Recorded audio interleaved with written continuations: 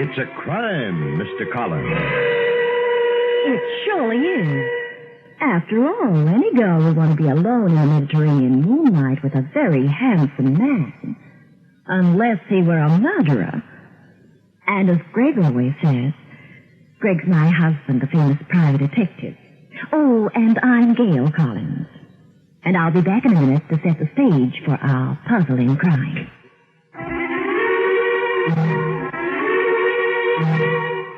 It's a crime, Mr. Collins. And just what were you doing in the Mediterranean area? Well, Jack, Greg had been on a case that called for our flying from San Francisco, our headquarters, to Rome. When my favorite private detective had finished the case. Well, he and I are right away about the exquisite coast of Italy above Rome, the Italian Riviera.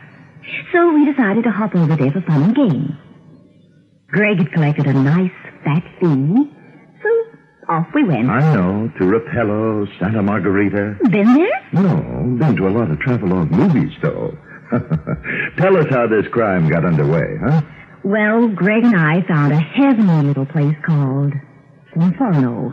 And a few days after we arrived, I went to the village to do some shopping, leaving Greg alone, sprawled on the beach. Excuse me. Are you Greg Collins, the famous detective? Yeah. I'm sorry to disturb you. My name's Terry Manton, and I want to engage you to do a job of investigation for me. Now, Miss Matlin, I'm on a vacation. You've got to listen to me. It's about the murder of Hank Lawrence. He was shot dead in his villa a few days ago. Yeah, I read about it in the papers. And if there's more to the story, I'd be glad to wait for tomorrow's installment. You see, I was just going in for a dip. I'll pay you $1,000 not to take that dip. Best offer I've had today. You know who killed Hank Lawrence? They told me in the village that you're an excellent detective. My problem can't be taken to the police. You still haven't answered my question. Do you know anything about Hank Lawrence? No. He was a gangster in the States. Then the authorities caught up with him and he was deported. He made his home here. But he still liked the smell of rum. So he dabbled a bit in blackmail. He was victimizing quite a few people, including a brother of mine. Mm-hmm. Go on. Well, my brother works for a bank. He has a wonderful position, took him years to get there. He's a decent, respectable man. But, well, when he was younger, he got into trouble. He wrote some letters. Lawrence got the letters? Yes. They'd ruin my brother if they were made public.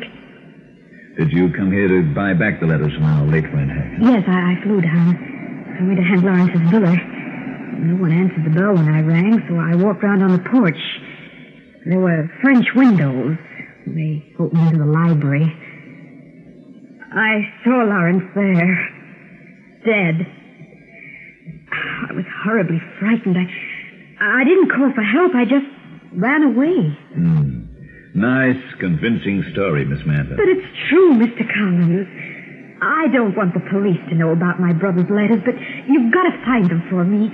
They're in Lawrence's house, maybe in that library. Maybe. Will you help me? Right after I take that dip. Greg went over to Hank Lawrence's place and found the chief of police there. A tall, gray-haired guy who looked just like Vittoria De Sica, only his name was Milani. Glad to know you, Captain Ronnie. I, too, am glad to meet you, Mr. Collins. But I am wondering just why you are interested in this case. Well, you see, Captain, I'm a private detective, and although I'm supposed to be on vacation at the present time, I just can't help pricking up my ears when someone mentions the word murder. It is an interesting word, I agree. And an interesting occupation. But don't let me interrupt you, Captain. Please go on with what you were doing when I arrived. I was looking for something. A clue? Fingerprints? Cigarette butts? Stuff like that? A briefcase. Aha. The papers.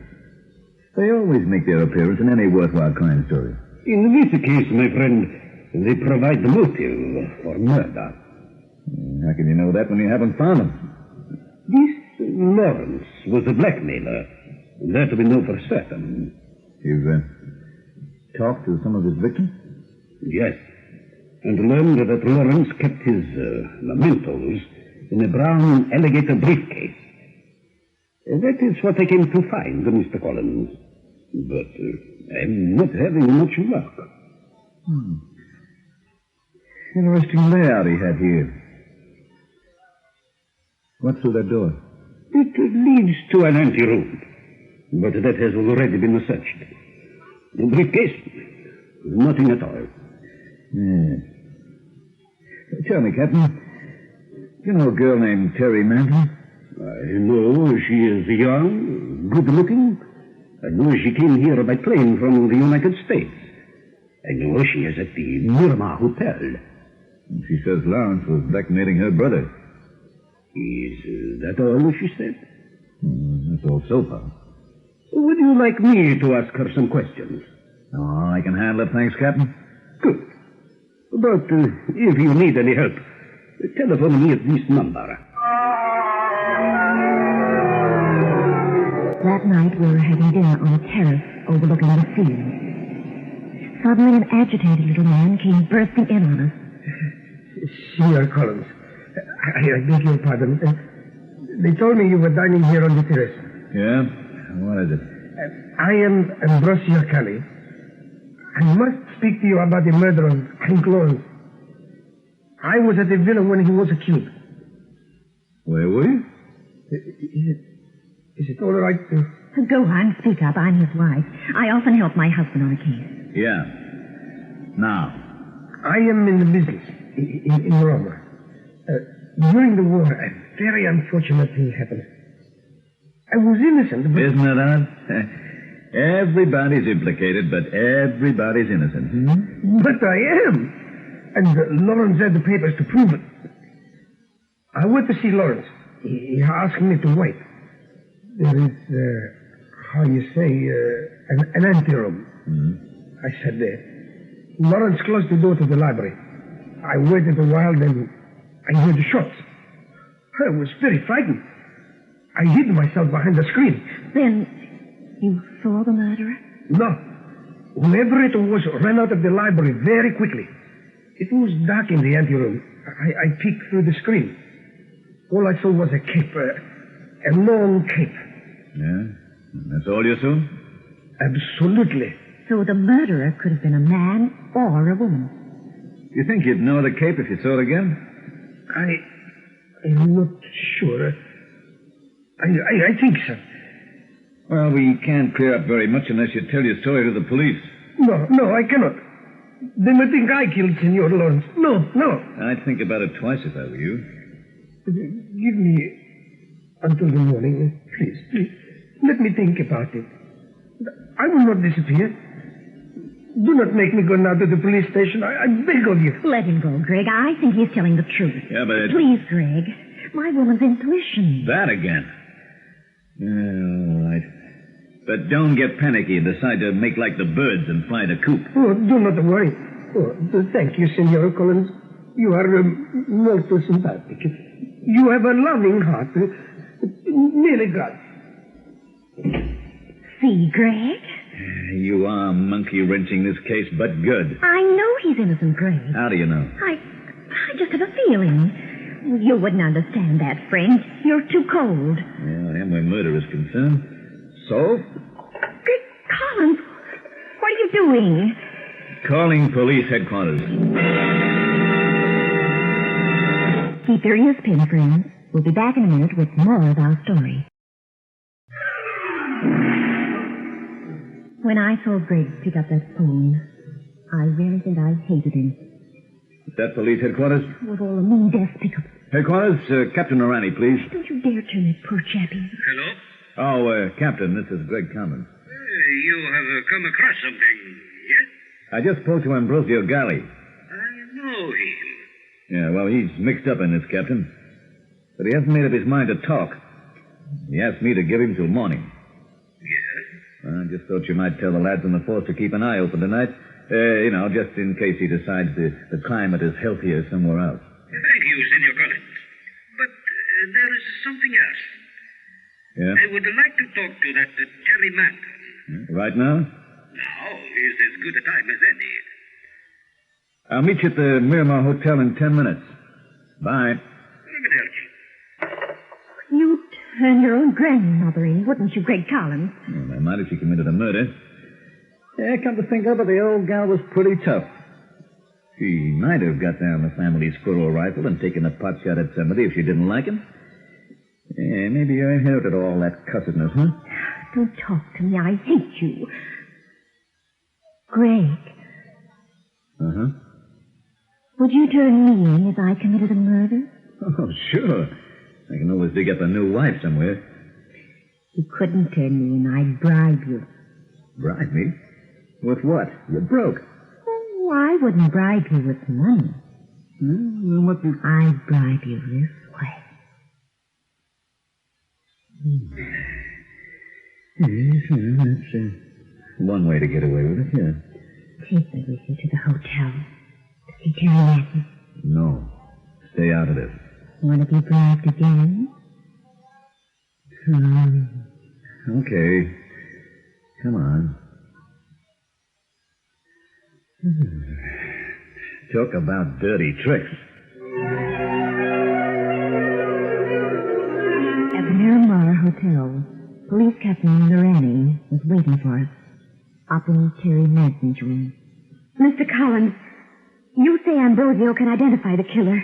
Miss Manson said he thinks he can. He's very vague about it. He will know to be vague tomorrow. I am not going to pamper him. I am determined to solve this case as quickly as possible. I am not going to have anything like this on my record. But Captain Lorani... I am sorry, Senora Collins, but I am going to get to the bottom of this, no matter whom we have to hurt. But if Ambrosio says he's not sure, well... You seem terribly concerned about this, Signorina Manton. I'm just thinking out loud. Collins, I want Ambrosio at your place tomorrow morning. Never mind this nonsense about his being afraid of the police. You're right, Captain. I want you there too, Signorina Manton. Of course. You're not frightening me, Captain. I'm not trying to frighten anyone. I just want to get at the truth. And I must, to find that missing briefcase. Call me at headquarters tomorrow morning, Signor Collins. The minute you are ready. After we left Terry Matten's place, Greg and I walked along the little cobblestone streets of the Italian village. Why are you looking so glum? Greg, you've put Ambrosio in a terrible spot. Now that everyone knows he might identify the killer. You might be knocked out. Certainly. You're the bright character who told everybody. I wouldn't worry about it if I were you. Why not? I have a very high card I haven't played yet. What is it? It has to do with Ambrosio. We're going to see him. Right now. Is it a really solid idea? It better be. Because if it doesn't work, Yeah? the busiest guy in town's going to be the room clerk over at the cemetery. We went to Ambrosio's place. Luckily, he was still alive. Greg outlined a plan to him. And the next morning, Terry Manson and Ambrosio were at our hotel room. Greg had decided to chat with them first before calling headquarters. Now, Ambrosio, look at Miss Manson. Could she have been the killer? I don't know. Go on. Yes or no? Wanted to put on a cape? Please, I'm so nervous. Suppose we all have a cup of coffee. How's that? Miss Manson? Oh, yes, thank you. Senor Galley? Yes, it will help me. Greg? No. Sugar? Please. Ambrosio, I asked you if you could be definite about Miss Manson. Well, I would have to see her. Stand up, Miss Manson. But you know I said stand up. Turn around. That about the right height? Yes, it is. I would say... What's wrong? The coffee, Greg is falling. Oh, don't stand there, Greg. We've got to help him. We can't help him, Gail. The way he looks, I'd say he's got enough poison in him to kill 6 men. Galley lay on the floor of our room. Of course, when Terry Manton dropped the sugar into his cup, she could have also dropped a poison capsule. But don't go away. In just a minute, we'll bring you the climax of the case. About 10 minutes later, Captain Durrani arrived. He was furious about everything.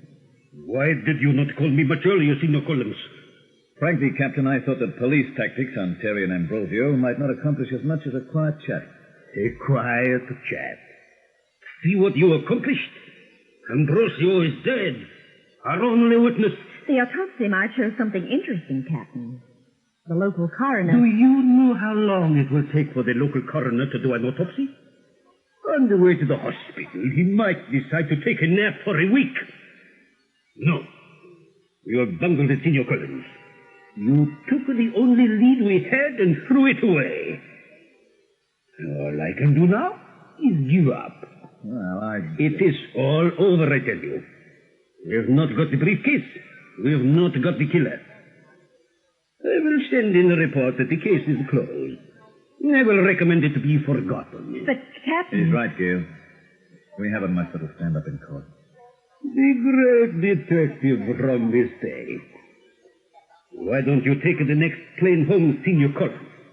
It would be a pleasure to escort you to the airport.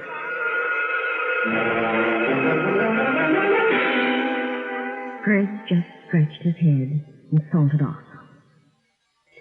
Captain Durrani took Terry Manton to headquarters to wait for the autopsy. At about sunset, Greg had fallen asleep in a hammock on the terrace when I had an idea. It was going to be my ball game, too. Without Greg, I'd show him. I tiptoed up to our car and drove to Captain Durrani's headquarters. It was a small, old building on the outskirts of town. Do not tell me you have discovered something that will help us, Signor Collins. I have the answer, Captain. Really? Are you sure? Certainly. I know who killed Hank Lawrence. Well, come on. Who did? You killed him. Have you been enjoying one of the innkeeper's wine bottles? Or staying out too long in that sun? You killed him, Captain. You are charming. Like a little girl. I think I can get rid of that self-contained air of yours, Captain. Where are you going? To open this door. Good afternoon, Captain Arana. Ambrosio! But you are the... Lying dead in the autopsy room? Sorry, Captain. My husband and I realized there was bound to be a second murder, since Ambrosio said he saw the killer. So we decided to beat the murderer to the punch and stage the second death ourselves. Why, of all the... Greg took me to Ambrosio's house and explained his idea about a fake death. Signor Galley was happy to oblige. The coroner, a good friend of ours, was only too delighted to join in the game. Our idea was to have Ambrosio die and then watch the suspect for a reaction. Greg purposely told about calling you. We needed time to have the body taken away before you could examine it. You still have no proof that I was concerned. The girl, Terry. Terry's reaction was normal. Yours wasn't.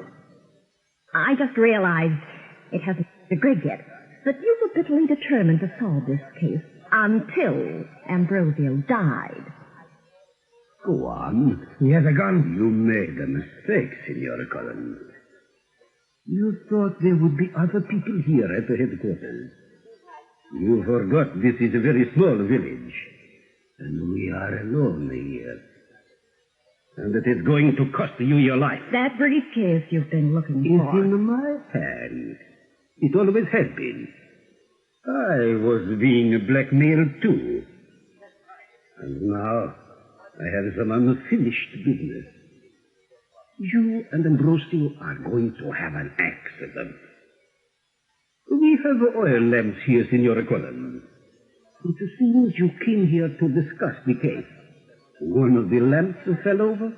There was a fire. You and Ambrosio were burned beyond recognition. You've always underestimated my husband, Captain Rani. He held the trump card before.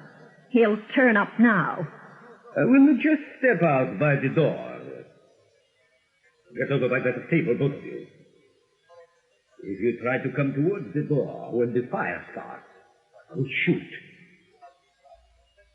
Knock over that oil lamp, Senora Collins. I said knock over that lamp. Senora. Come on. I'm a very good shot. Knock it over. Oh, Dio mio. Keep standing there. Do not move. It will not be long now. It really is not too painful. The curtains will burn in a moment.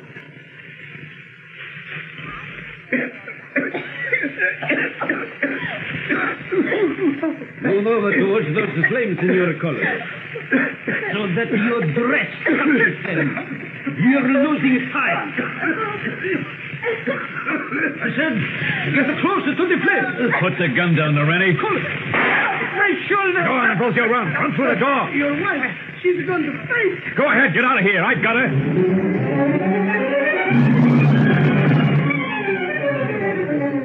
Greg carried me out of the burning shack.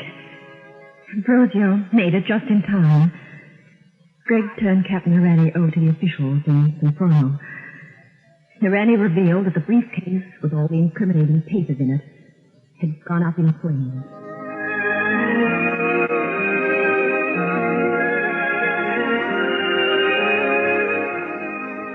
We were in the plane winging across the night sky under a gorgeous yellow moon toward the United States and home. And who solved this case, Greg? You did? Wives aren't helpful to detectives, They are. Except I wish you'd tell me your idea before running off to get yourself killed. You're lucky I guessed where you'd gone. Say, I have a brilliant wife and couldn't do a thing without her. I have a brilliant wife and couldn't do a thing without her. Good. Now we can settle back and enjoy the trip. What's that piece of paper? A telegram from Ambrosio Galli. You want to hear it? Surely. To Senior Gregory Collins. Does your beautiful wife have any sisters?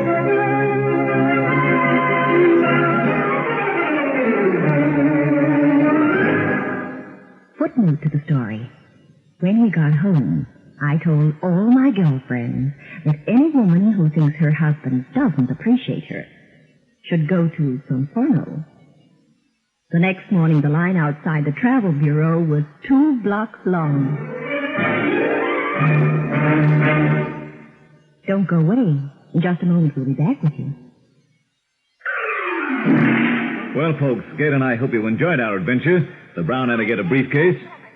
Be sure to visit us next time for another Puzzle in Murder. For where there is crime and romance, there you'll find Mr. And Mrs. Collins.